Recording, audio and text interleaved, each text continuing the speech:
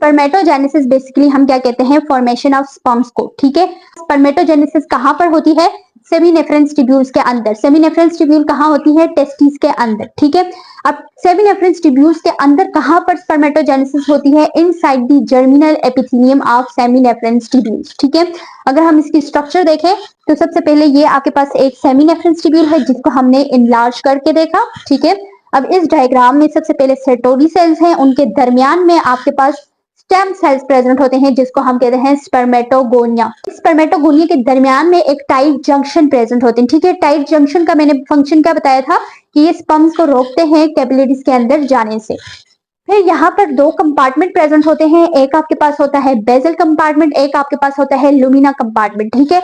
Bezel compartment के अंदर आपके पास क्या होते हैं, स्पर्मेटोगोनिया डिवाइड होते हैं टाइप ए में और टाइप बी में, जबकि लुमिना कंपार्टमेंट के अंदर फर्दर आपके पास मियोसिस का प्रोसेस होता है जिसमें आपके पास सबसे पहले तो जो टाइप बी स्पर्मेटोगोनिया है वो कन्वर्ट होता है प्राइमरी स्पर्मेटोसाइट में, फिर प्राइमरी स्पर्मेटोसाइट जो है वो कन्वर्ट होता है मियोसिस 1 के through two n number of daughter cell में, ठीक है।